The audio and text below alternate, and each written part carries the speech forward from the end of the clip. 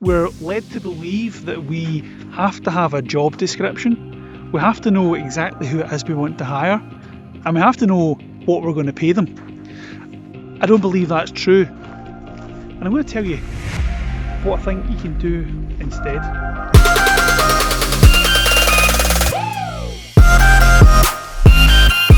You have to know who it is and what it is you want to hire before you go to the market.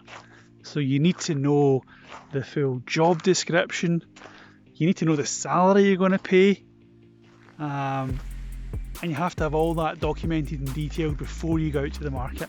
I believe that's counterproductive because it sets out the stall in the completely wrong fashion. It creates a lot of the bad behaviours that we see within recruitment.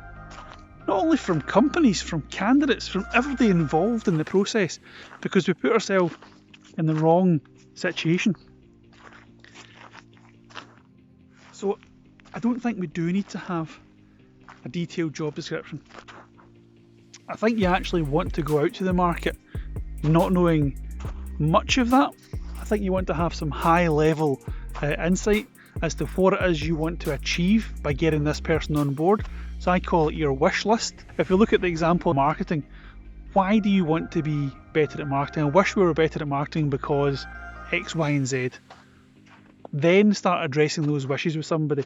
I always use the example, and it's a bit of a weird example, but imagine you were expert at ice skating, and I came to you and I said, listen, I want you to teach me how to ice skate. I want you to show me how to lace my boots tighter. I want you to show me how to make my blades as sharp as they possibly can be.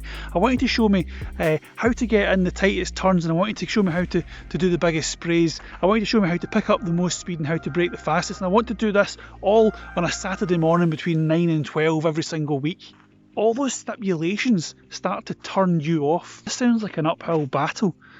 It sounds like I'm asking quite a lot of you. Now, if I just turned to you and said, geez, I wish I was better at ice skating, because then I could take the family ice skating more often, your response would be totally different. More inclined to share your expertise, more inclined to tell me about how good you are and what you can do, and more inclined to then take me and show me.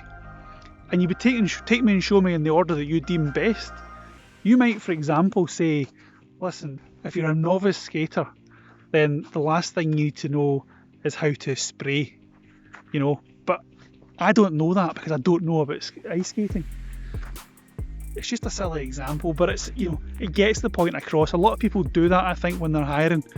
They think, especially when they're going out to a recruitment consultant who's going to ask them all about the role they're about to hire for, they think that they should know who it is they want to hire. When you go out to the market not knowing who it is you want to hire, you actually put yourself in a stronger position. Weirdly, what happens is, instead of going out there and dictating to the market, here's what I'm looking for and here's what you must be able to do, and then that quickly becomes a job description and a vacancy and puts candidates in a predicament.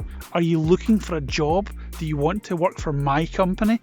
I ask them a lot of really challenging questions up front that they struggle to answer because they've only got superficial information online or what a recruiter's telling them. Instead, by going at it the other way, you actually then end up asking people for help. I would love to be better at ice skating. Can you help me? You ask people to help. If I ask 10 individuals to help your organisation with your marketing, I can guarantee, well, I say guarantee, there's no money back in this, but I can almost assure you that 8 out of the 10 would turn around and say to me, Richard, tell me more. What is it you want me to help with? How can I help? If I go and ask those same 10 individuals, do you want to apply for this marketing director role with this company? Again, I can almost be sure that 8 out of the 10 will find a reason not to apply.